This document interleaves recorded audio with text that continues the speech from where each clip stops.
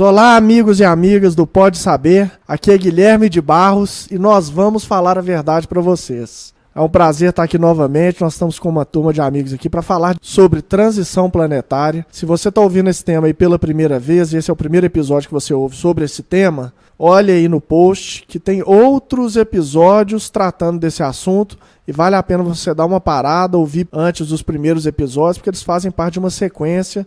E conosco aqui estão os nossos amigos que vão se apresentar. Olá, amigos. Aqui é Silvana Saldanha. Olá, pessoal. Um abraço a todos. Aqui é Solange Guentes. Olá, amigos. Aqui é Dauro Mendes. Olá, pessoal. Quem fala é Marco Paulo. É um prazer estar aqui com vocês. Oi, gente. Aqui é o Luiz Sérgio Marota. Olá, amigos. Aqui é Lívia Dias. Oi, pessoal. É Geraldinho Lemos. Pessoal, aqui é o Marco Gandra. Um abraço. É isso aí, vamos voltar agora, logo após a nossa leitura de e-mails e recados. Você não pode perder esse episódio que ficou muito legal, hein? Eu tenho uma justiça disso, mas eu não sei se vai ser possível. Leitura de e-mails.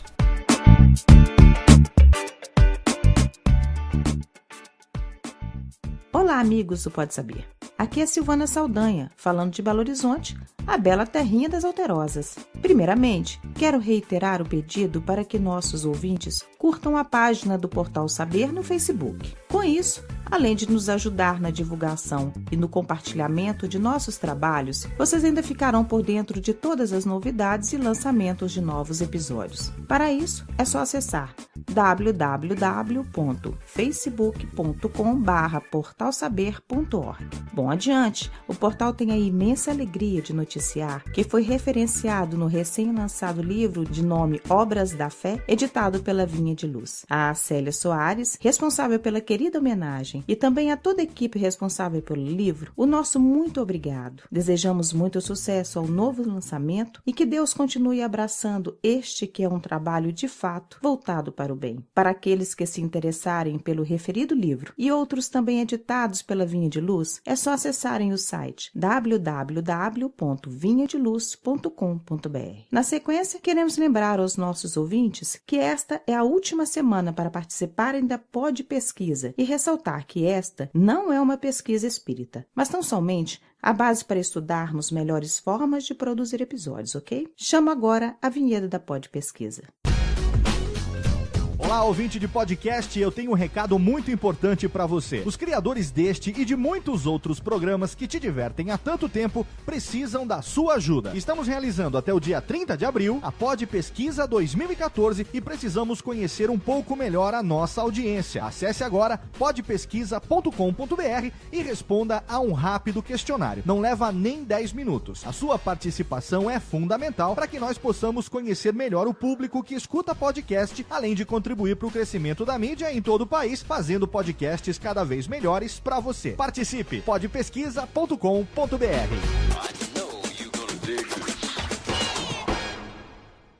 Queridos, infelizmente, é impossível ler aqui todas as deliciosas mensagens enviadas por nossos pod-ouvintes. No entanto, também não posso deixar de mencionar aqui alguns amigos que nos prestigiaram, tais como o Hilário Nunes, do Rio Grande do Sul, o Reginaldo Boneder, de Florianópolis, linda Florianópolis, Angélica Alvarenga, de Itaíba, São Paulo, o Armando da Bahia, a Eliana da Espanha e a nossa sempre queridíssima irmã Aila, fã número 1 do nosso mascote Yoda, o Pug. Também não podemos deixar de enviar um abraço muito carinhoso ao Guilherme Azevedo e sua linda família, de Vila Velha, Espírito Santo. Inclusive porque foi exatamente o Guilherme que, com toda dedicação, editou este episódio. Para finalizar, pedimos permissão para ler o poema enviado pelo Fábio Damasceno, de Belford Roxo, Rio de Janeiro, de sua autoria.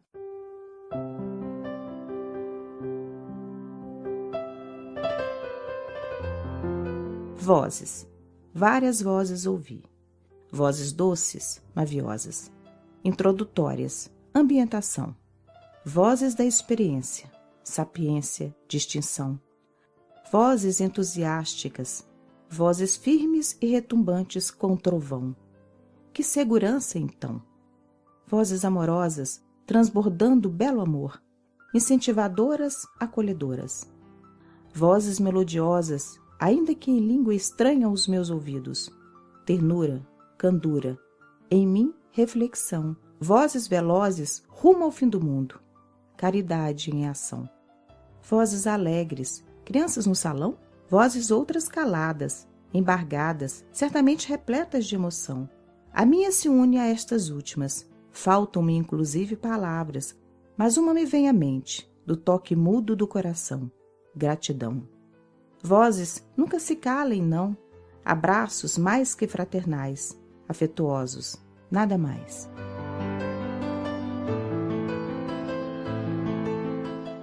Vamos agora ao nosso episódio.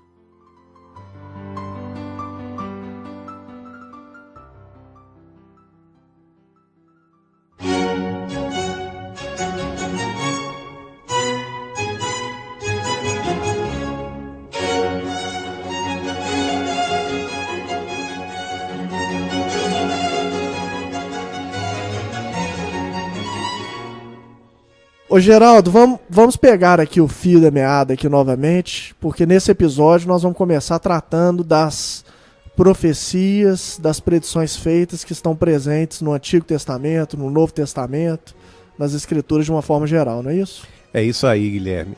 E é interessante que a gente vai encontrar profecias bastante fortes no Velho Testamento, no Novo Testamento, e também duas mensagens destacadas por Allan Kardec no capítulo 18 do livro A Gênese, Sinais dos Tempos, que vale a pena a gente discorrer sobre elas.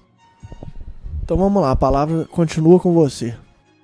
Bom, eu queria chamar a atenção, em primeiro lugar, de uma frase que está em Lucas, no capítulo 21, versículo 20.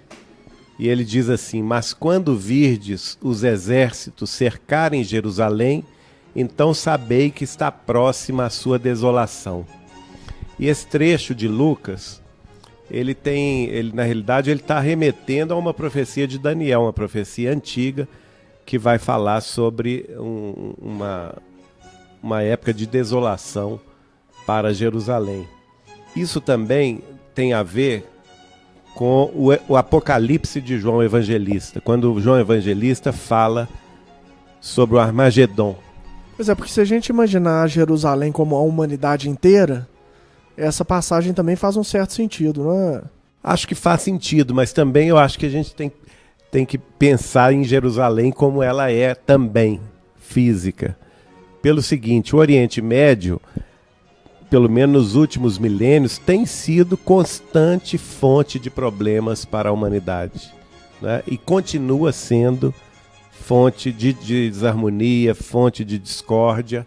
Então é um símbolo mais do que regional, mas que traz para nós, na realidade, as nossas disputas, disputas humanas, né? As nossas batalhas humanas aí. A doutora Marlene Nobre, ela escreve uma coisa muito interessante sobre esse trecho. Ela vai dizer assim: parece bem claro que a cidade de Jerusalém está envolvida nesses acontecimentos finais, anunciados antes pelo profeta Daniel e retomados depois por Lucas, porque será sitiada pelos exércitos. Não é sem razão, portanto, que ficamos apreensivos com o agravamento da situação do Oriente Médio, sem perspectivas de melhoria no curto prazo. Essa questão é realmente preocupante, o Oriente Médio, a divisão entre muçulmanos de um lado e israelitas de outro, a corrida armamentista. É muito interessante essa frase de Lucas, né? Os exércitos cercarem Jerusalém. De certa forma, é uma situação que acontece, que está escalando hoje militarmente. Em dia, com o muro da Palestina lá, ainda nem é metaforicamente, né? Cercando literalmente. Literalmente, né? E a ameaça de guerra, a ameaça de destruição de Jerusalém, por exemplo. Nós sabemos que o Irã, no passado, já fez esse tipo de ameaça, que vai varrer Israel do mapa. Então, é algo que realmente remete a uma situação político-geoeconômica atual e que traz, naturalmente, questões aí a serem estudadas por nós. Mas o interessante é que como é que as coisas são dinâmicas. Há poucos anos atrás, muitos apostariam uma guerra naquela região. E hoje, a pressão começa a diminuir. É lógico que o tempo vai confirmar isso para a gente, né? Mas inicialmente por dois grandes movimentos.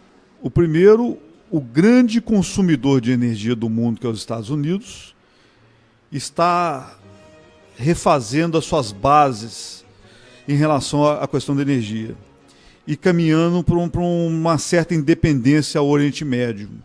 Ele, que tinha todos os interesses em manter o domínio e assegurar que ali, inclusive a guerra do Iraque foi provocada em nome disso, em manter, em garantir o abastecimento de energia para o mundo, a desculpa, mas na verdade para os americanos, né? E claro, também para o mundo, porque os próprios Estados Unidos não querem que uma crise global que vai influenciar em economia, em comércio e tudo mais, e acaba prejudicando ele também. Como o John Kennedy falou no seu discurso de posse na presidência. Ô, Dauro, até as tecnologias atuais permitem isso que você acabou de falar. Hoje, por exemplo, a tecnologia de extrair o petróleo do xisto é algo muito evidente hoje em dia, e o xisto é algo muito abundante nos Estados Unidos, ou seja, ele vai se tornar novamente o maior produtor de petróleo, mas não esse petróleo cru que a gente conhece, mas o petróleo extraído do xisto. E a maior reserva de xisto descoberta recentemente está na Austrália. Uma reserva extraordinariamente grande.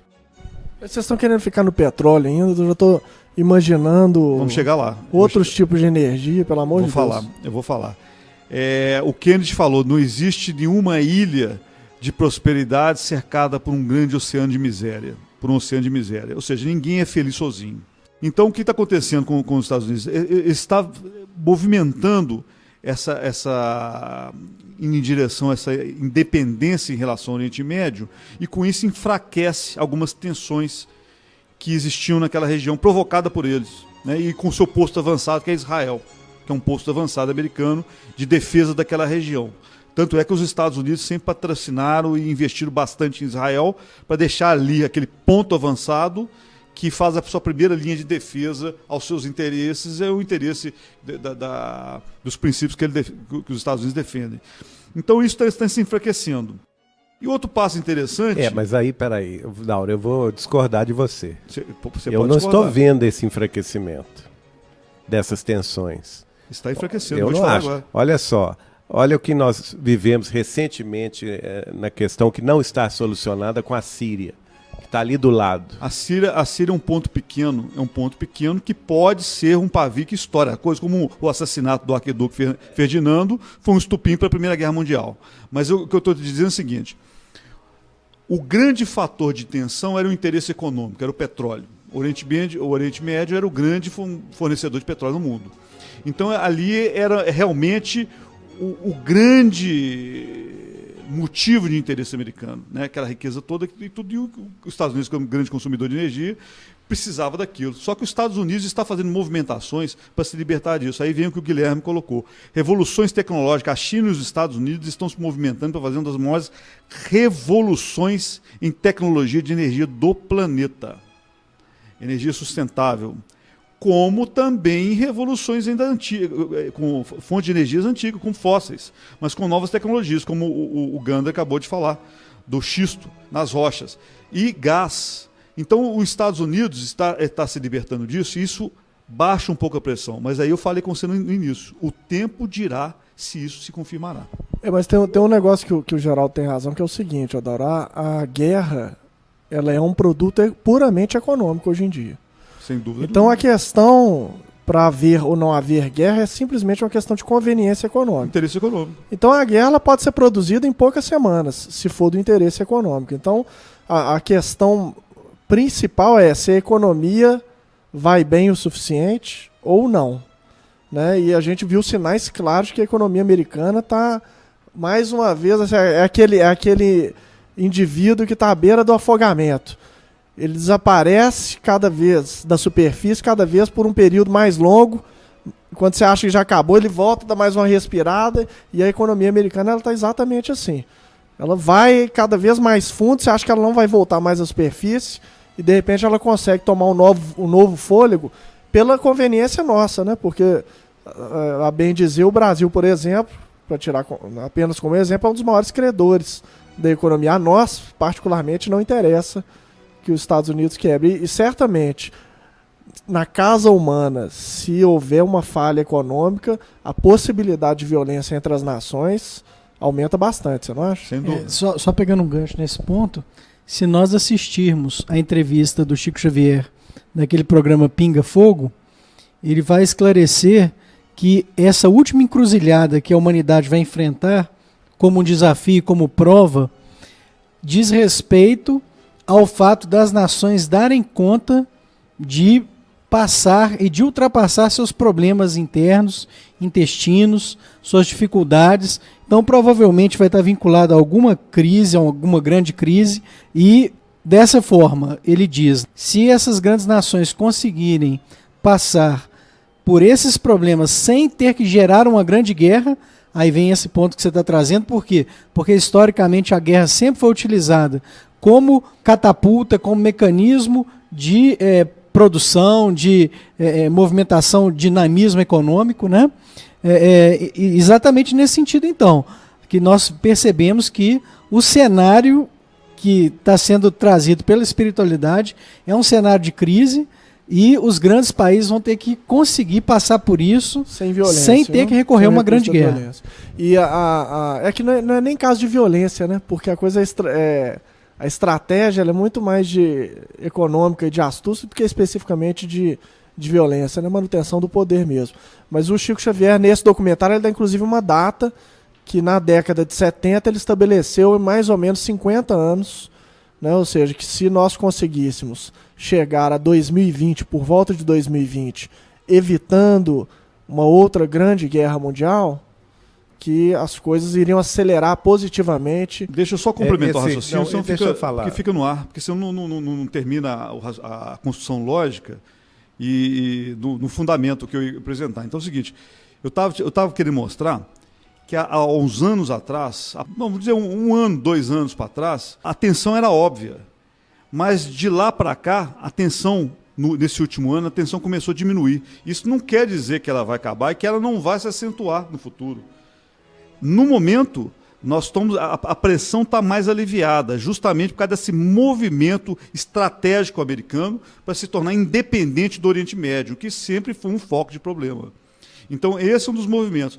Outra coisa são movimentações do Irã com a nova gestão, que o Irã era o grande perigo, não a Síria. O perigo ali no Oriente era o Irã, né? E os Estados Unidos não aguentou a guerra do Iraque. E os Estados Unidos não têm energia para aguentar uma guerra de porte médio no momento, sustentar uma guerra de porte médio. Entendeu? Do jeito que ele está. Ele pode até julgar tudo, mas ele vai julgar a economia dele no abismo. Está debilitado, já está fragilizado, com todo aquele poderio, mas se ele avançar numa aventura dessa, ele acaba de ir para o abismo econômico. E leva o mundo junto. E sem o apoio social, né? Da sociedade americana. Isso, e sem um apoio social. O Barack Obama tentou recentemente fazer uma intervenção militar pequena na Síria e foi barrado pela sociedade americana e pelo Congresso, né? Americano. Então é o seguinte, essa movimentação nova do Irã foi muito interessante, porque o antigo presidente iraniano, o Ahmadinejad, era belicista, provocador, como o nosso antigo venezuelano aqui, Hugo Chávez, era um fanfarrão, provocador, um irresponsável, né? Esse novo que entrou, claro que o tempo vai dizer quem é, mas ele já entrou com um discurso mais soft, mais suave. Então já está voltando a conversar com os Estados Unidos e com a Europa. Então isso está começando a diminuir um pouco a pressão. No momento, é uma visão parcial, superficial, limitada. O tempo vai dizer o que está acontecendo, né? Mas no momento a tensão diminuiu um pouco comparado com o que a gente via um ano para trás. Esse particular aí, Dauro, vai entrar naquilo que a Solange Guentes falou no episódio anterior sobre a questão do livre-arbítrio. E aí nós vamos encarar o livre-arbítrio das nações também, das coletividades, que elas são responsáveis, sim, pelo curso dos acontecimentos. O Marco Paulo citou a entrevista do Pinga Fogo, do Chico Xavier, eu vou só trazer um trecho aqui. O Chico dizendo o seguinte: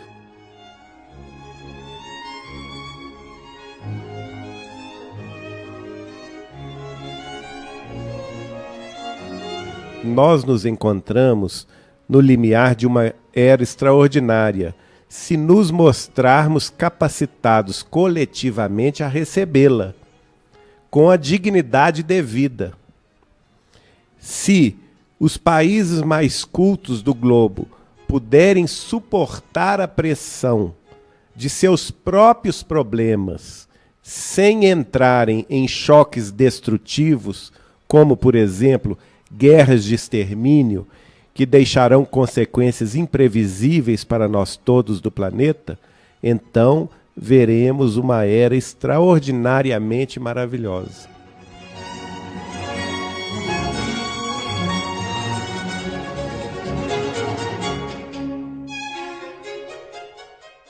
Esse trecho do Chico Xavier lá no Pinga Fogo diz muita coisa.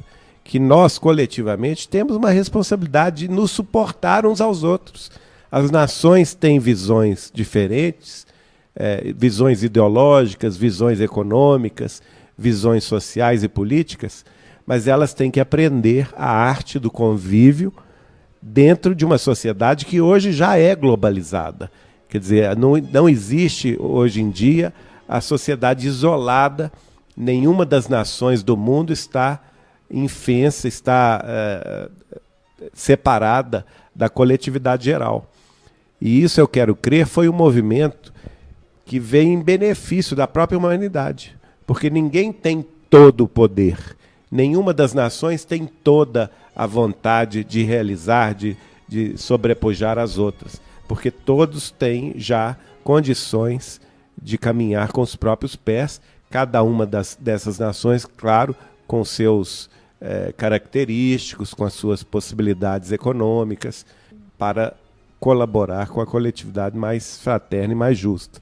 Agora, isso vai depender, obviamente, dos governantes, obviamente, dos processos políticos. O Chico dizia para nós, por exemplo, que nós tínhamos no mundo um grande benefício realizado pelos diplomatas. E era um benefício que nós nem nos lembrávamos dele, porque era um trabalho exaustivo, cansativo, de negociações, de mesas de negociações entre as nações, e que, a custo de muito esforço, esses tratados de paz, esses tratados de cooperação econômica, iam construindo uma sociedade interrelacionada, uma sociedade interdependente, e fazendo com que a humanidade pudesse caminhar.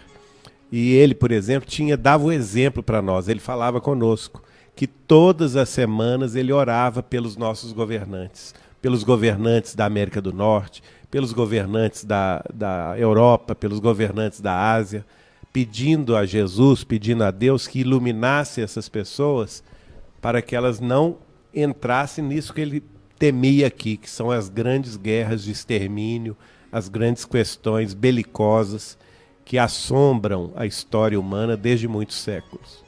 Geraldinho, sobre esse ponto, o Chico Xavier deu uma entrevista para a Hebe, a apresentadora Hebe, que já faleceu, no livro Jesus em Nós, onde a Hebe pergunta para ele o seguinte: Chico, nós estamos muito preocupados com o mundo de hoje. Eu não sei, essas enchentes, de repente... Ela vai falar de algumas tragédias, né? Aí o Chico vai responder assim: Hebe, muitas vezes nós falamos em fim do mundo. Mas a verdade é que se houver um fim do mundo, esse fim se debitará à ambição e ao ódio entre os homens, mas não a uma ordem divina. Vejamos bem a questão dos armamentos. Os armamentos são cada vez mais especializados para veicular a morte de milhões de pessoas. Então o homem não tem o que indagar sobre o fim do mundo, porque qualquer transformação mais trágica do mundo virá do homem e não da bondade de Deus. Agora, sobre os nossos tempos, nós vamos pensar num problema que deve ser examinado. Nós estamos no término de um milênio, o segundo milênio da vida cristã. Esse segundo milênio foi caracterizado por guerras quase que constantes, sendo que a primeira durou 195 anos, em que os homens se exterminaram uns aos outros, criando dificuldades kármicas muito grandes para a humanidade.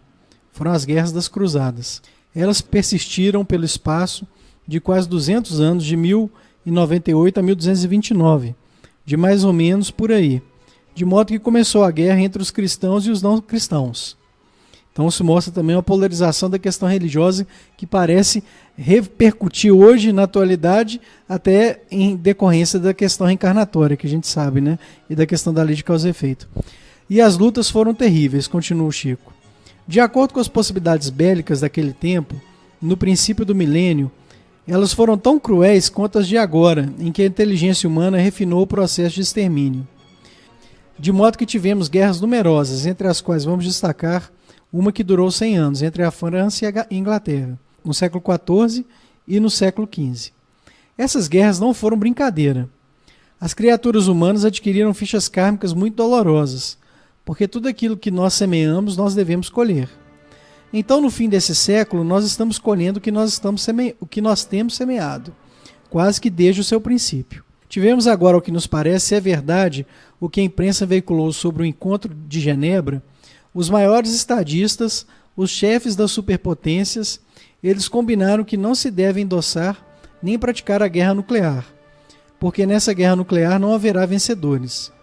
Isso já é o princípio de uma bênção de nosso Senhor Jesus Cristo, para sossegar a fúria do ódio entre as nações e atenuar os sofrimentos criados pelos próprios homens sobre as suas próprias cabeças. Ou seja, mostra que é quase a mesma coisa que ele falou com você, né, sobre a importância aí desses movimentos. Aí ele continua, a Hebe continua: mas Chico, paira sobre nossas cabeças a profecia de uma terceira guerra. Aí o Chico responde: tudo indica que se não trabalharmos coletivamente com todos os meios ao nosso alcance para que isso seja evitado, de fato uma nova calamidade pode ocorrer sobre nós. Agora, vamos fazer a força possível para que isso não aconteça, ou que aconteça pelo mínimo, se é que nós não podemos estar livres de débitos tão grandes. E sobre esse ponto você vai trazer grandes esclarecimentos, né, Geraldinho? Sobre as duas opções que nós temos aí adiante.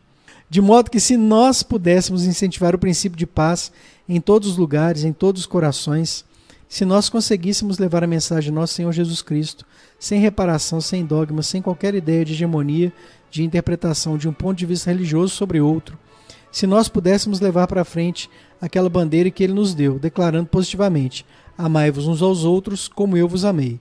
Ele não esperou por nosso amor e nem espera nosso amor. Ele nos ama e por isso não nos abandona.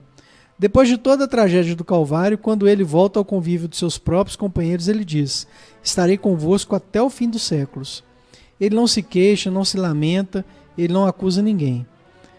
Aí ele continua, né, dizendo que Jesus vai ficar conosco até o final. Mas eu achei muito interessante porque mostra, né, que ele já aventava essa questão que você trouxe para a gente recentemente através do seu livro. Em vários outros momentos ele já aventou essa questão. É o livro, né, Não Será em 2012. Eu achei muito interessante essa passagem, porque corrobora aquilo que você já tem trazido. Essa questão o Chico falava com a gente realmente, e ele tinha especial preocupação com o arsenal nuclear, o arsenal de destruição em massa das grandes potências. Era um assunto que ele voltava sempre, trazia sempre, que essa questão de milhares de bombas nucleares, milhares de bombas atômicas de um lado e de outro, né? Que isso era um risco inominável para a vida no planeta.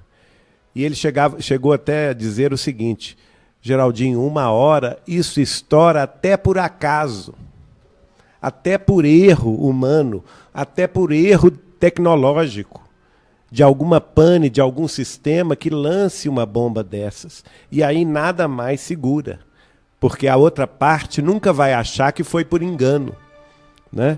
Ele falava isso. Ô Geraldo, em relação a esse momento que você citou aí, tem um filme que vale a pena assistir, que é o filme 13 Dias que Abalaram o Mundo, com Kevin Costner, que mostra quão próximo a humanidade teve nesse episódio aí de entrar num colapso nuclear. Está falando do acontecimento na Baía dos Porcos, em Cuba, né?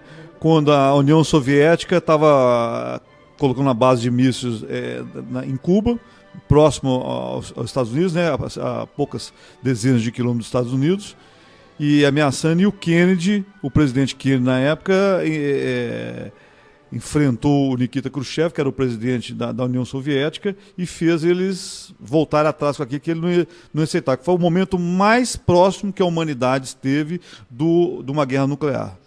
Quando o relógio, que tem um relógio atômico, né, de probabilidade de evento, foi a época que o ponteiro esteve mais próximo do 12. Bom, gente, eu acho que a grande preocupação é mesmo a questão nuclear. E se a gente for ver desde lá, do Velho Testamento, a gente vai ver em Daniel, por exemplo, quando ele fala da grande abominação, não é? Lá em Daniel 7, ele fala que no 3º ano do reino de Baltazar, eu, Daniel, tive uma visão, depois daquela que tinha tido anteriormente. E a partir daí ele vai relatar o que nós consideramos hoje a visão do final dos tempos, que é uma mensagem, de certa forma, cifrada, né, constante depois, repetida depois no Apocalipse de João e também no sermão profético de Jesus, quando ele fala da grande abominação, né? Ô Geraldo, só lembrando aqui de uma profecia também que nós citamos no último episódio, que é, na verdade, do sonho de Nabucodonosor, que foi um rei babilônio, mais ou menos 600 e poucos antes de Cristo, e que ele, acreditando na possibilidade profética dos sonhos, chamou Daniel, que era o profeta da tribo de Judá, para interpretar esse sonho. E a gente citou isso em referência a esse sonho. O Nabucodonosor, ele sonhou com uma estátua com a cabeça de ouro, os membros de prata, o dorso de prata, o quadril de bronze, as pernas de ferro e os pés de ferro e barro misturados. E o detalhe interessante que a gente não contou no último episódio, né, a gente falou que Daniel fez a interpretação desse sonho e que ele falava em relação aos reinos que viriam após o reino babilônico, que seriam o Médio Persa, a Grécia, o Império Romano, e alguns interpretam como sendo esses reinos modernos da Europa, dos Estados Unidos e outros poderios econômicos, como sendo aqueles pedaços de ferro nos pés de barro. Então, alguns com poder econômico, em meio a muitos sem poder econômico. E o detalhe interessante dessa profecia é que rola uma pedra do alto de uma montanha sem que tenha sido tocada por mão alguma. E a gente fica pensando em relação a esse desequilíbrio financeiro, exatamente como ruem as bolsas de valores, né, e as economias do mundo, sem nenhum motivo aparente, né? De repente são tocados por alguma força invisível e aquele edifício, aquela montanha que foi erguida de uma maneira desequilibrada, ela vem abaixo de uma vez. Então a gente imagina que talvez seja uma interpretação interessante também para essa profecia. Guilherme, você está tocando uma coisa do último segmento que nós fizemos aqui, e na última vez nós também falamos sobre essa questão das coisas estarem bem, foi Marco Paulo até que falou isso, né?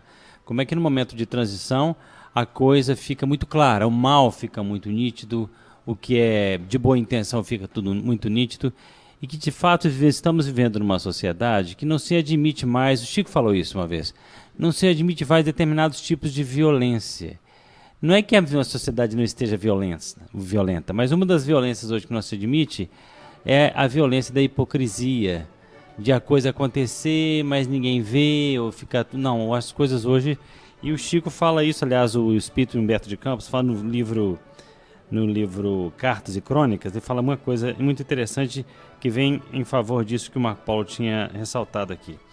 Nos grandes períodos de transição, qual que estamos atravessando, somos como que chamados pela sabedoria divina a provar nossa madureza interior, nossa capacidade de autodireção.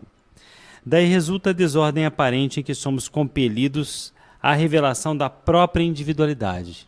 Interessante, somos compelidos à revelação da própria individualidade. Na organização coletiva, no grupo social, na equipe de trabalho ou no reduto doméstico, vê-se o homem de hoje obrigado a mostrar-se tal qual é, classificando-se de imediato pela própria conduta. As dissensões, os conflitos, as lutas e os embates de todas as procedências oferecem impressão de caos, provocando a gritaria dos profetas da decadência. E por isso mesmo as almas que não se armaram de fé e que não se sustentaram fiéis às raízes simples da vida, sofrem pavorosos desastres psíquicos que as situam nos escuros domínios da alienação mental. Cresce a loucura em todas as direções. O hospício é uma fronteira dos enfermos do espírito, de vez que se agitam eles em todos os setores de nosso tempo, à maneira de consciências que, impelidas ao autoexame, tentam fugir de si mesmas humilhadas e estarrecidas. Em razão disso, creio que o melhor caminho para não cair nas mãos dos psiquiatras é o ajustamento real de nossa personalidade aos princípios cristãos que abraçamos, porque o problema é de alma e não de carne. Espetacular, gente. Está falando como é que hoje o mundo se diz o seguinte: não seja mais um personagem. Isso é, né, não devemos mais ser personagens no mundo. Você não pode mais ter aquela, sabe, aquela carcaça de uma personalidade e por trás está um monte de coisa e no inconsciente está um monte de coisa. No momento de transição, essas coisas têm que ser resolvidas, né? Eu acho que foi isso que a gente leu isso aqui, né? E aí com isso vem tanto problema psicológico, tanto problema difícil, porque a coisa não pode ficar simplesmente igual nos tempos, vamos dizer assim, dos anos dourados da Terra, né? Que você poderia fazer papéis, né? Eu sou um padre, eu sou um grande palestrante, ou eu sou um grande médium, e aquela personalidade vai vivendo e as coisas não acontecem, né? Eu acho que é isso que está falando aqui, que por isso que fala temos a aderir, né, realmente à causa do Cristo. Achei muito legal. Ajustamento real de nossa personalidade aos princípios cristãos.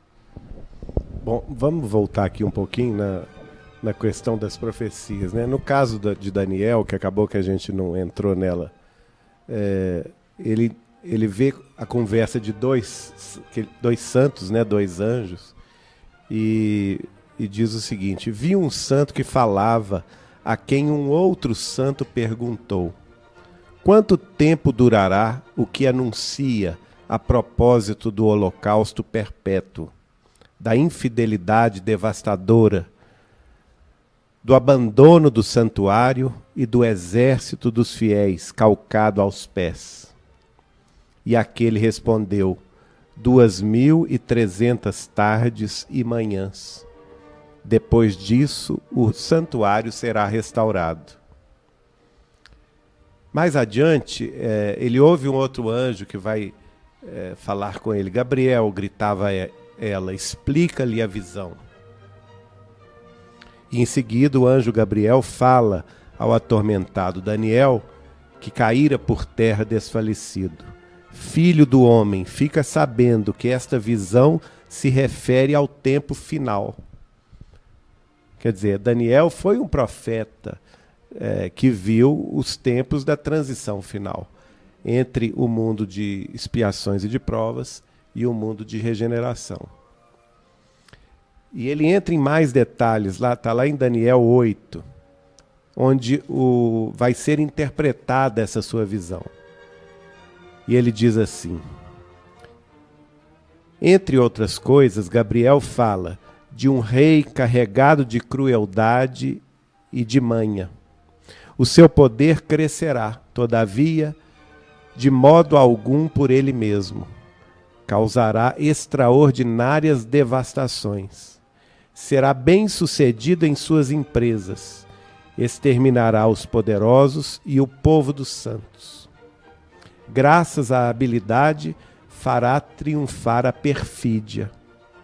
O coração dele inchará de orgulho e levará à morte muita gente por traição.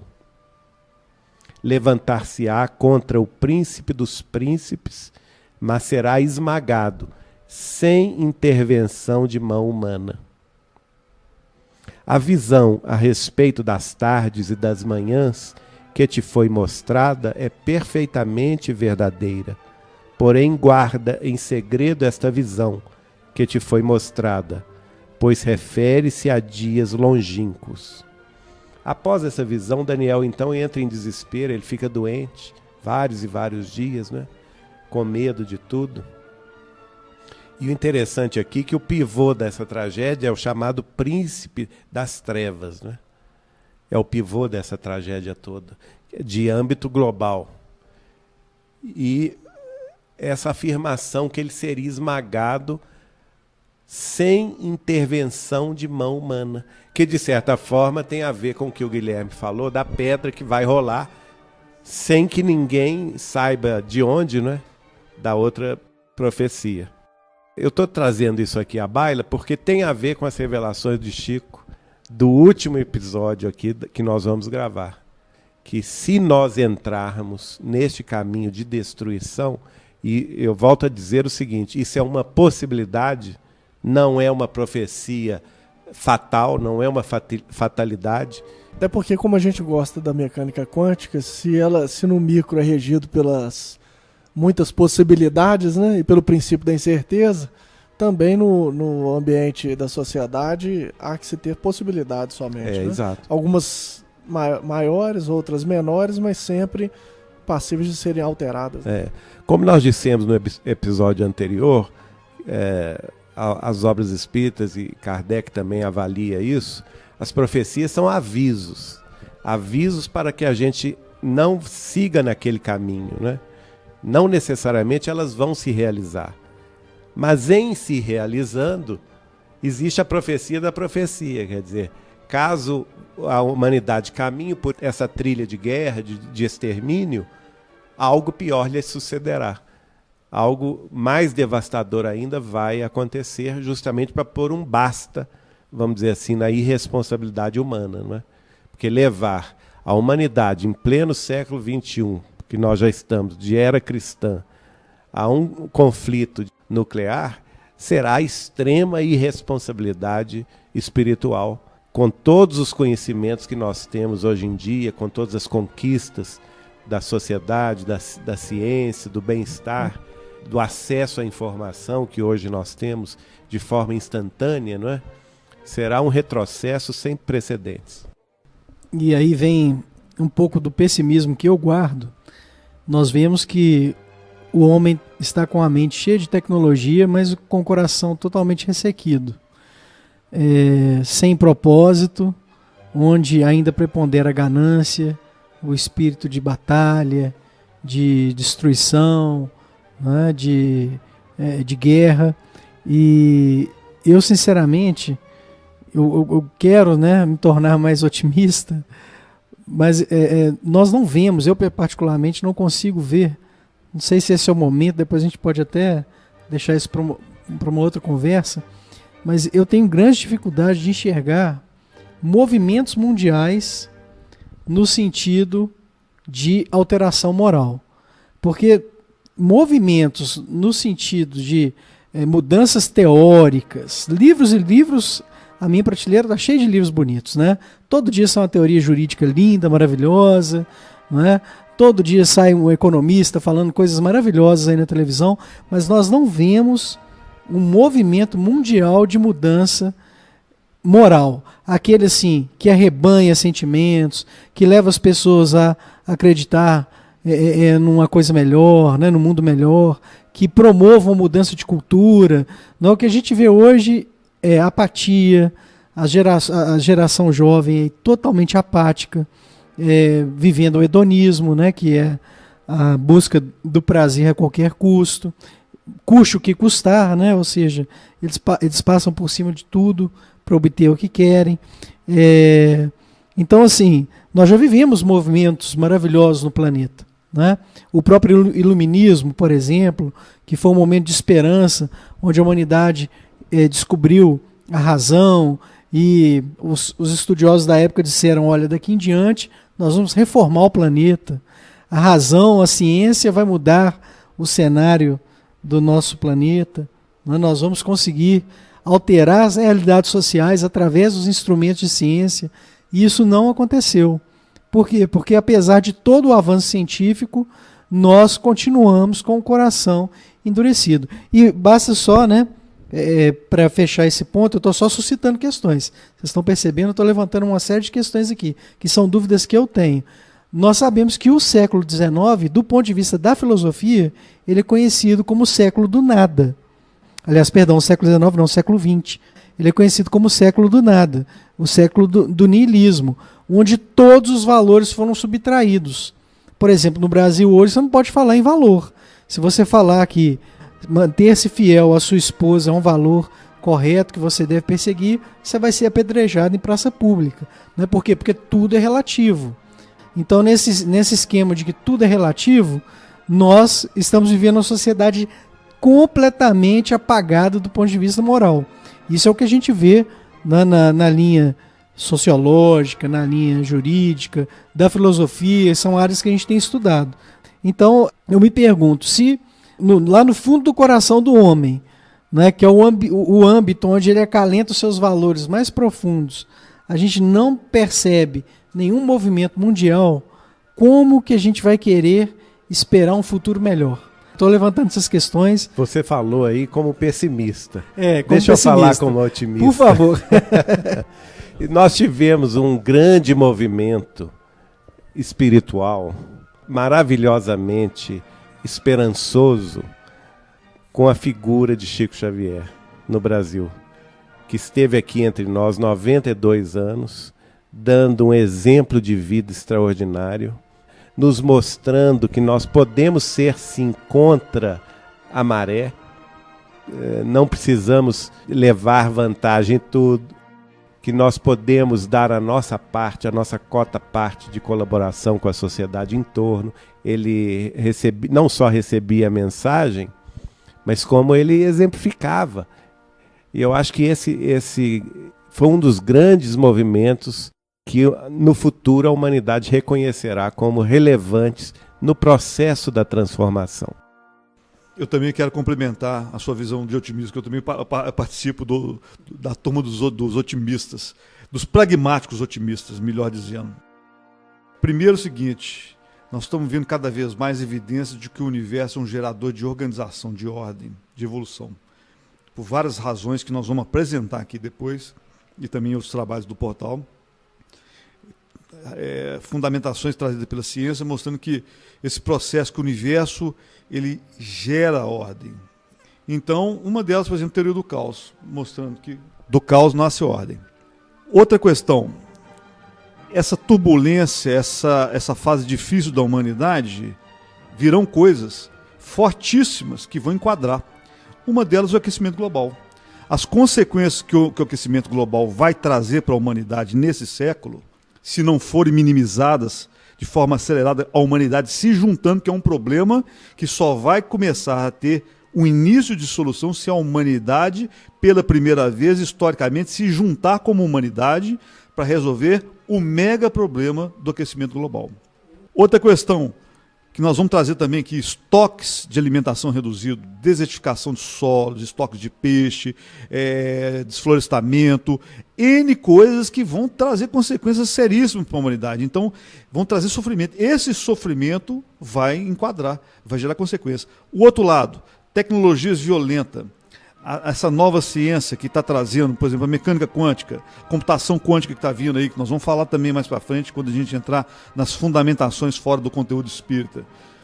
Isso vai trazer uma revolução de conhecimento tão violento, tão assombroso. O CEO do Google, numa recente palestra, que falaremos mais detalhadamente depois, disse que hoje, em 2 dias, a gente gera mais informação do que foi gerado na história da humanidade até 2003. Até 2003. É interessante, Dauro, você falar isso do Google, é que o Google e a NASA criaram um instituto de pesquisa chamado Singularidade, que é justamente o que o pessoal de tecnologia e de sociologia hoje está imaginando que a humanidade vai chegar. Interessante, não tem nada a ver com religião, não tem nada a ver com espiritismo. É a sociedade falando que nós vamos entrar num grau de conhecimento tal que a gente vai explodir exponencialmente. E essa curva exponencial é chamada de singularidade. Isso é muito interessante. Lembrando que Jesus falou que conhecereis a verdade e a verdade vos libertará. Mas eu vou abrir um parênteses aqui. Isso foi dito também no Iluminismo. E outra isso época, outro contexto, não, mas veja só. Baixo nível de conhecimento. Não, mas calma, Dalton. Comparativamente. Isso não preveniu que os homens continuassem usando conhecimento para o mal. Né? O que eu só queria esclarecer um ponto também, que é o seguinte. É claro que a gente sabe que a longo prazo a evolução é inexorável, ela é inevitável, ela vai acontecer. A gente conta com né? a reencarnação aí Exatamente. dos amiguinhos de Emmanuel, né? O que eu estou querendo dizer é o seguinte, eu penso o seguinte, é que exatamente esse ponto que você trouxe, talvez a humanidade vai ter que amargar alguns momentos mais ou menos difíceis para fazer essa transição. Quando eu digo que eu sou pessimista, é desse ponto. Não, eu sou otimista nesse sentido. Quando eu falo assim, não, eu ainda acredito em meteoros, em maremotos, aí a Lívia é uma que fala, não, mas você tem que ser otimista. Eu falo, não, mas exatamente, eu estou otimista de que vai acontecer. Porque a questão que eu acho é o que o Marco Gandra estava meio falando em off aqui, que é o seguinte, eu não acredito que é possível uma transição sem haver uma ruptura, primeiro, do sistema que já está aí correndo economicamente na mão de poucos, porque eu acho que uma das bases de manutenção desse sistema é o aspecto econômico. Porque ele mantém as pessoas alienadas, ele tira o tempo das pessoas de poderem se dedicar a outras coisas, ele escraviza as pessoas para terem a sua sobrevivência a um processo, né, constante de movimento que não permite que elas, né, saiam daquilo, embora não tenham movimentos isolados de simplify your life, né, Luiz? De simplificação da vida e que são até bem sucedidos localmente, mas no geral está dominado por poucas pessoas, se não houver uma ruptura desse sistema econômico que vai se desenrolar com outras consequências para o planeta. E eu acho também que se não houver um processo de superior, de introdução de novos caracteres humanos, de novos elementos que subam um pouco a média, a fim de fazer um salto qualitativo na sociedade, eu acho que não tem condição. Vamos chamar, entre aspas, de variáveis ocultas? Sim. Então, assim, eu acredito que a inserção de novos caracteres humanos com uma média de coração mais generoso no planeta é que vai cativar aqueles... Aí eu me coloco entre os maus, digamos assim, mas eu acredito que se eu fosse inserido num ambiente econômico mais adequado e com as referências, né, de pessoas de bem à minha volta, eu acho que eu me enquadraria com mais facilidade. Eu acredito que muitos, na média da humanidade, hoje estão nessa condição. Eu acho o seguinte, que a gente está esquecendo um pontinho. Primeiro, concordo com todo mundo, inclusive com o Marco Paulo, citando aqui Humberto de Campos, ainda no Carta de Contas, dizendo o seguinte: não estamos fazendo pessimismo. Sabemos que o mundo permanece sob o governo místico das rédeas divinas. E não ignoramos que qualquer perturbação é fenômeno passageiro em função desajustada da própria região onde surge o desequilíbrio. Tudo bem. Isso aí nós sabemos que tudo que é ruim, que a gente citou aqui hoje, vai ser para passar, vai ser para curar, né? Mas é claro, a gente tem que também tentar fazer diferente. E eu acredito muito hoje numa citação daquele advogado australiano Victor Zamet, se não me engano foi ele que citou isso. Ele diz o seguinte: fazer hoje ciência e religião sem nós nos atentarmos para as verdades do espírito, as realidades paranormais da vida após a morte, é realmente irmos para caminhos perigosos da humanidade. Porque eu acho que isso, o Emmanuel diz o seguinte, quando ele fala da fenomenologia espírita ou psiquista, no capítulo 36 do livro dele mesmo, Emmanuel, é homônimo, né? Ele diz o seguinte: é nessa fenomenologia que estará embasada a fundamentação da grande espiritualização da humanidade. É a humanidade descobrir que morremos, teremos que ir para o plano espiritual. Indo para o plano espiritual, a única moeda que existe lá, gente, a única grana que existe lá chama-se virtude. Não é? E se a gente está cheio de evidências, nós estamos aí com doutores no mundo inteiro, embasados inclusive hoje, porque a paranormalidade ela era categorizada como uma pseudociência, né? Mas com a física quântica, como o Dauro vive, né, enfatizando, com a física quântica ele ganhou um status de ciência maior, a paranormalidade, né? Não é que a mecânica quântica está confirmando ou fundamentando a paranormalidade. Mas ajuda, né? Mas a mecânica quântica, ao mostrar fenômenos assombrosos, mostra, abre a possibilidade para que eles também possam ser verdadeiros. Exatamente. Né? E não só por isso, por outras razões. Agora, é muito interessante o seguinte, essa revolução do conhecimento humano, da ciência, vai ser tão grande, e inclusive trago aqui o pensamento de um prêmio Nobel de Física, Steve Weinberg, falando que a mecânica quântica muda a vida da gente. Na hora que isso descer, como já está descendo, para a maioria das pessoas, as pessoas começaram a ver o que é a realidade dentro do possível, o que é o universo e tudo, querendo ou não, isso modifica a sua forma de viver, de pensar. Somado a outros fatores que virão, a outros movimentos que virão, ambientais e tudo mais, consequências, né, de aquecimento, isso tudo vai dar um somatório interessante que vai dar um efeito. Agora, não é certeza, é possibilidade. Eu acho que aí entra o papel do espírita, porque a gente sabe da força do pensamento. E o próprio Dauro já falou e refalou tantas vezes aqui a possibilidade de criar realidade. Então, nós espíritas sabemos que se o momento é de pessimismo ou não, o nosso trabalho é de pensar de forma a confiar. Acima de tudo, confiar. Porque nós estamos amparados por Jesus. Tudo está sob a égide dele. Então, não vai acontecer nada que não seja sob o comando dele. Então, o que a gente precisa acreditar e confiar é nisso. De que as profecias, elas não vão acontecer porque nós somos espíritas. E é nesse momento que a gente tem que exercer o que o nosso conhecimento do espiritismo nos dá, que é a confiança no porvir. É a sabedoria que vai nos tranquilizar. É a sabedoria que vai fazer com que a gente não creia numa terceira guerra, numa calamidade. Podemos pensar, os jovens estão sempre voltados para si mesmo, mas eu vejo jovens maravilhosos. A gente veio esse encontro no Rio de Janeiro dos católicos, da juventude católica, foi um movimento maravilhoso. A gente viu o que esse novo Papa promoveu no mundo inteiro. Foi uma comoção que mudou tudo dentro do próprio catolicismo. Então, se somos pessimistas ou não, isso não é o mais importante agora. O mais importante é o que a nossa mente está projetando. Porque essa mentalidade vai repercutir. Às vezes faz ser verdadeira a profecia, materializa a profecia, né? Em vez de ir na direção contrária, concretiza a profecia. Né? Nós vamos entrar aí na fase da revelação de Chico Xavier, em que ele vai colocar as duas possibilidades, né, gente, que nós temos diante de nós. Uma, segundo ele, do lado otimista, que seria nós realmente, se conseguirmos, como nações, como coletividades, nos suportar uns aos outros até 2019, que nenhum de nós poderia prever os avanços que teríamos a partir daí. É o que o Marco Gander falou aí na tal da singularidade, né? E o Dauro falou na evolução maravilhosa da ciência, do que está vindo aí pelos avanços científicos mais recentes. Agora, está próximo, nós estamos em 2013, 2019, está nas nossas barbas aí.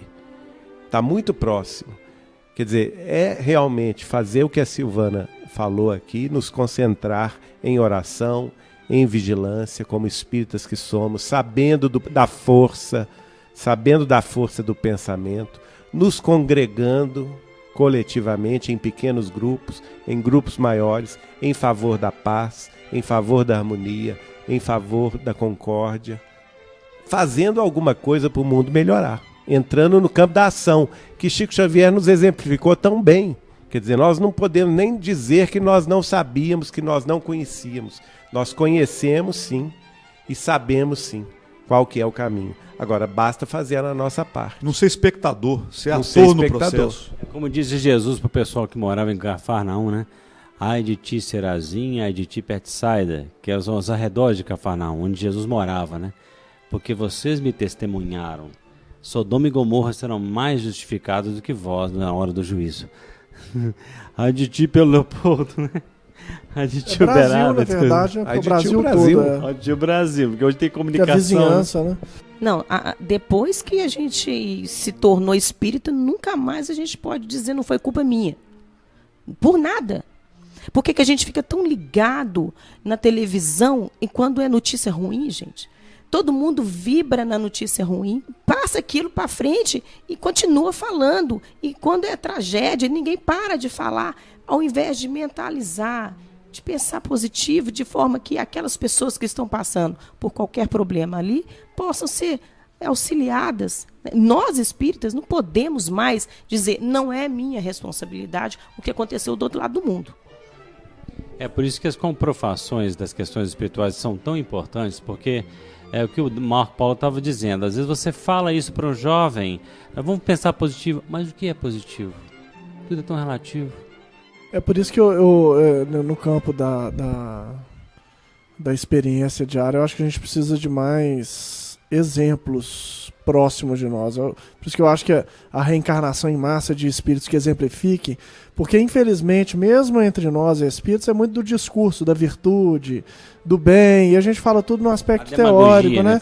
Então é uma demagogia nossa, porque a gente sente que pessoas entre nós mesmos, e nós, eu estou me colocando como ator desse processo, a gente domina. Tanto que muitos amigos meus né, e conhecidos me têm como uma pessoa espiritualizada muitas vezes, mas outros que conhecem os pontos escuros sabem que não é o suficiente só as palavras para levar ninguém a lugar nenhum. Mas os exemplos arrastam. Então, se a gente tiver uma multiplicação de pessoas com bons exemplos e realmente líderes que nós possamos seguir, né, e realmente trabalhar em conjunto, e eu acredito que há uma modificação. Talvez que esse mundo não pertença mais a nós, mas a eles, porque devem herdar a terra de fato, e nós, talvez como coadjuvantes num processo, né, de aprendizado, sermos aceitos como aprendizes mesmo, numa terra regenerada. Agora, Geraldo, eu tenho a impressão sempre tive essa impressão de que 2012, até pela moda que foi criada, mas eu acredito talvez que algumas pessoas que tenham pesquisado isso tenham identificado 2012 como uma data significativa, e eu sempre imaginei, eu tinha na minha mente já essa data de 2019, 2020, e esse período de 7 anos, você acha que ele tem alguma relação? Ou seja, a gente entrou numa fase de transição talvez mais aguda de 2012 a 2019, ou não tem nada a ver, na sua opinião pessoal? Eu acho que eu ouvi de Chico Xavier apenas a referência ao ano de 1969 e ao ano de 2019. Por quê? Porque é um período de 50 anos. Né? Segundo ele, esse período é o período mais agudo dessa transição e é um período de exceção, dentro do qual Jesus e os prepostos que dirigem não só a Terra como o sistema solar nos deram uma moratória em termos coletivos.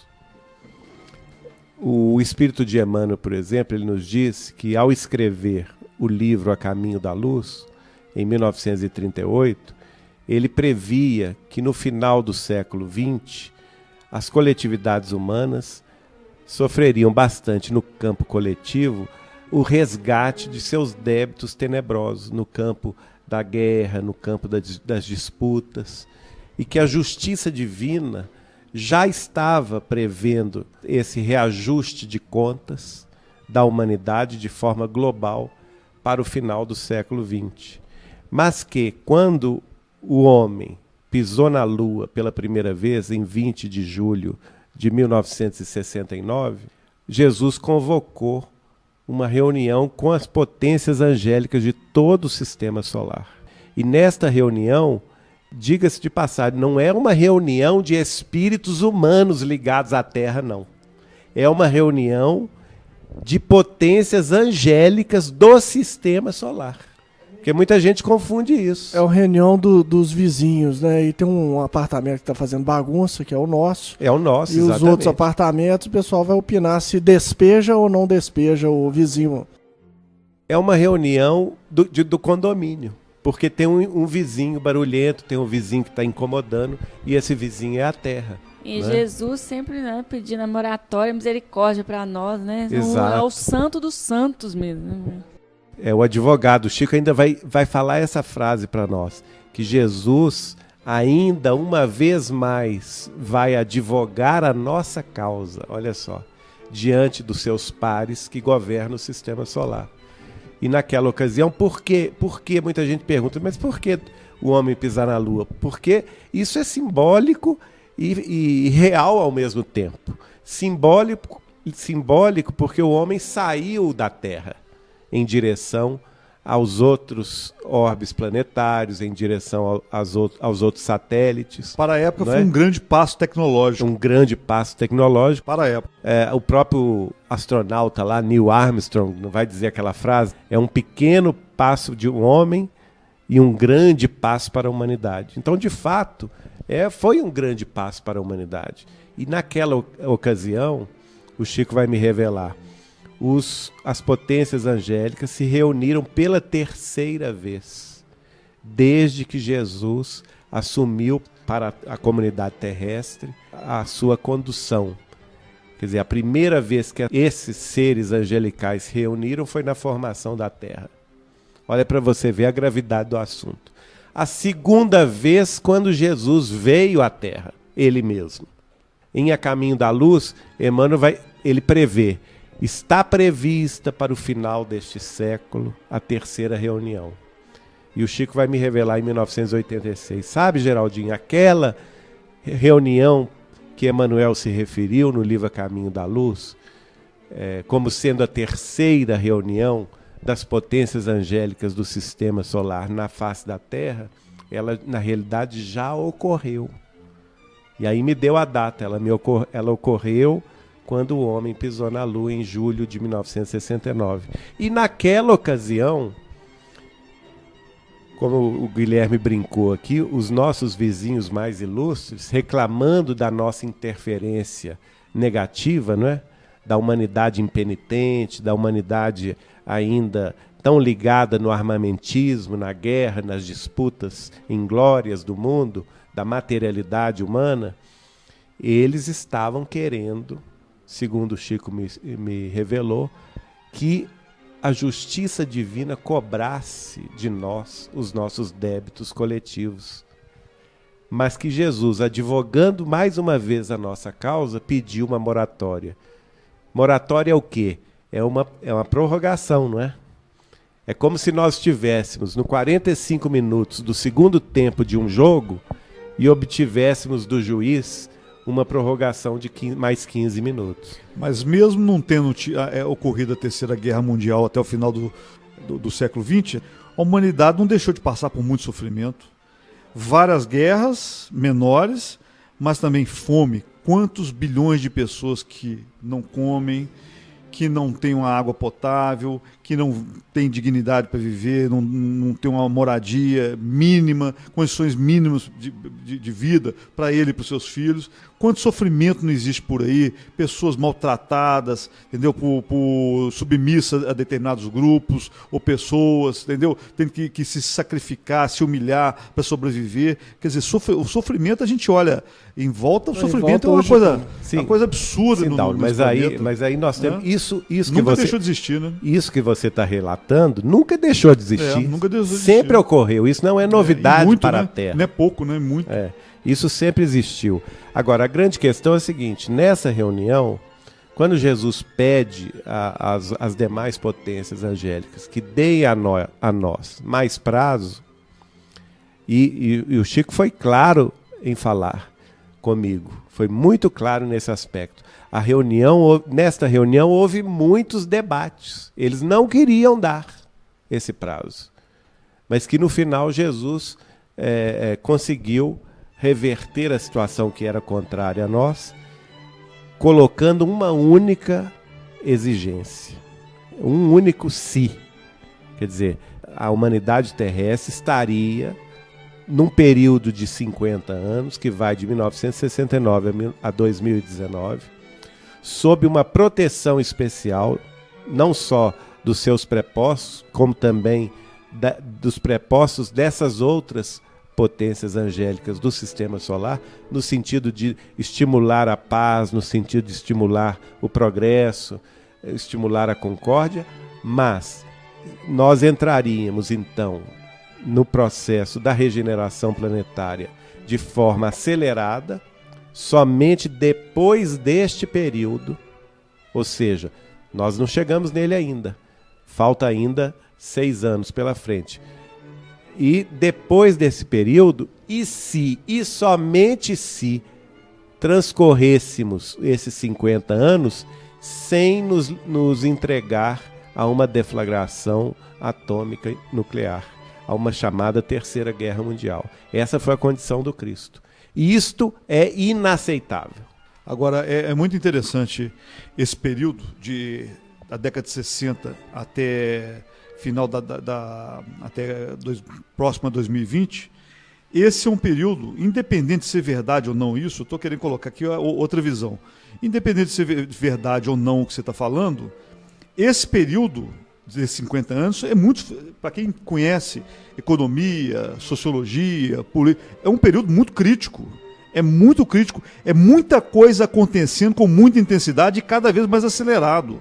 Cada vez mais acelerado. Questões importantíssimas, megas questões relacionadas à humanidade, ao planeta e tudo mais, aconteceu muito rápido e com muita intensidade.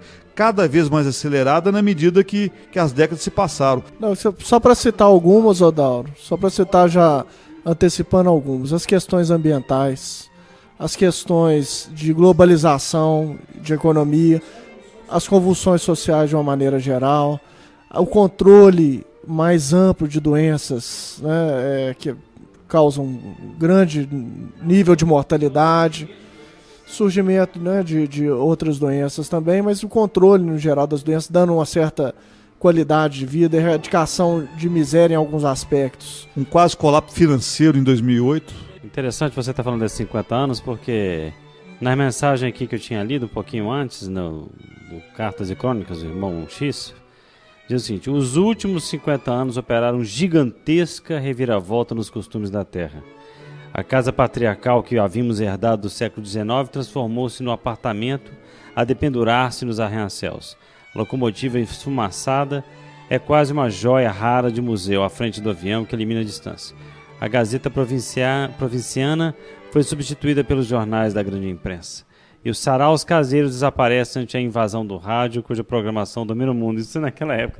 Só para citar mais algumas, continuando, né? A revolução das comunicações, dos transportes, a revolução verde no campo, que possibilitou uma escala na produção de alimentos nunca vista.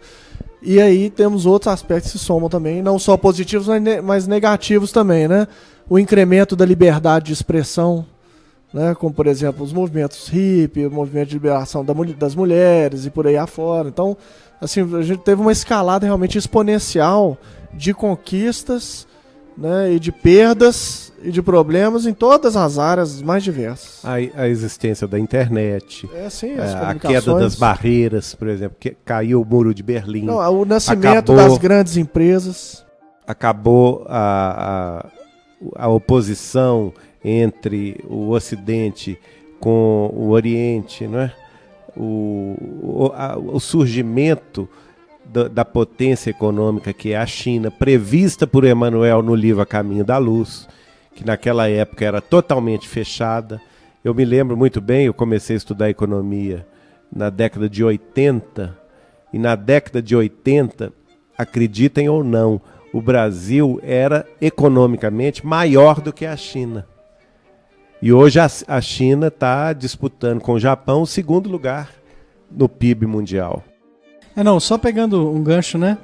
Dentro dessas questões, nós tivemos aí nesse período o surgimento, o auge e a crise da sociedade de consumo, que trouxe um dos grandes males da sociedade, que é o vazio da atualidade, e, pensando ainda no coração do ser humano, a depressão, que é tida hoje pelos médicos como uma das maiores epidemias do planeta.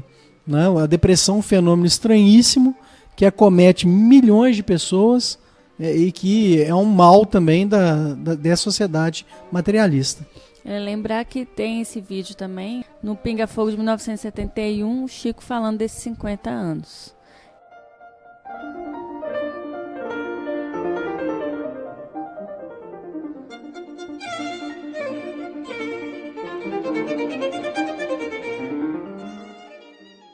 Chico, é o companheiro da Globo que formula esta pergunta.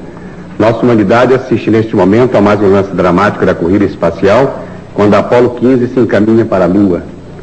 Acreditam os mestres espirituais de Chico Xavier, se ainda em nossa atual civilização o homem poderá entrar em contato com civilizações de outros planetas? Estamos subordinando a resposta ao mesmo critério com que foi estruturada a informação para a nossa estimada entrevistadora que falou sobre a nova era.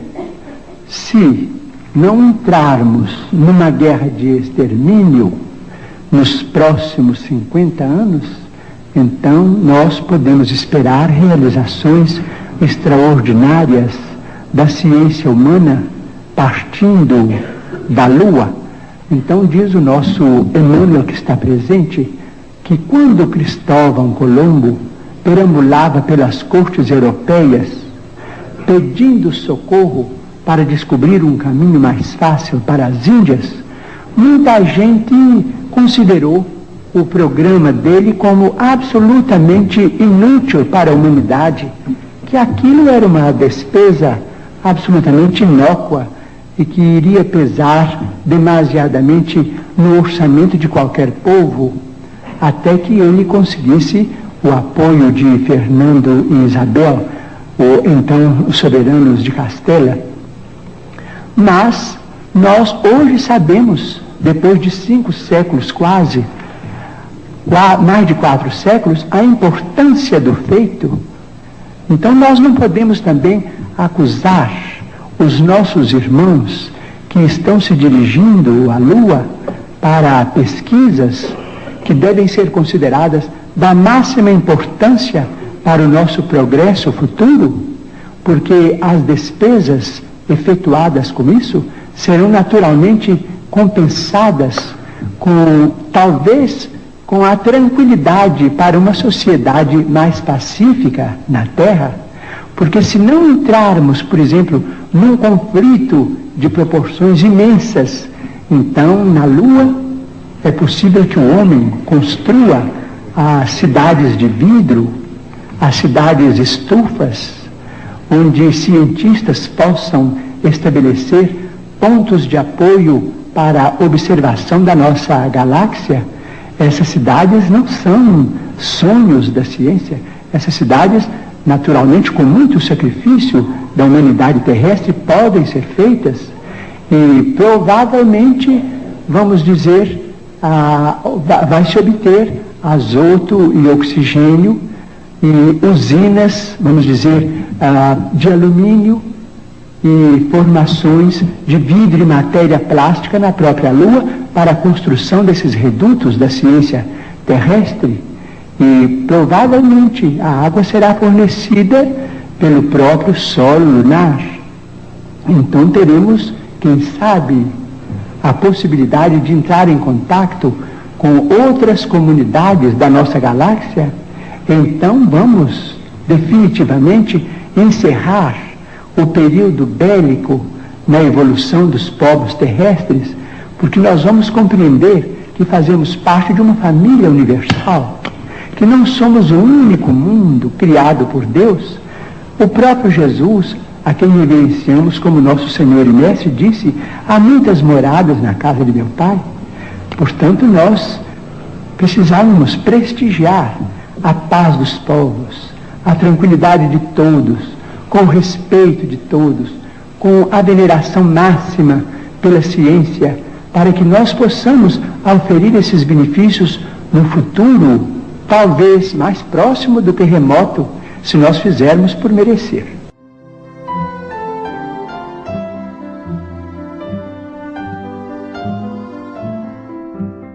Pois é. Então eu vou reforçar esse ponto, porque eu sei que o Geraldinho foi consideravelmente criticado por ter trazido essa revelação que estabelece uma data.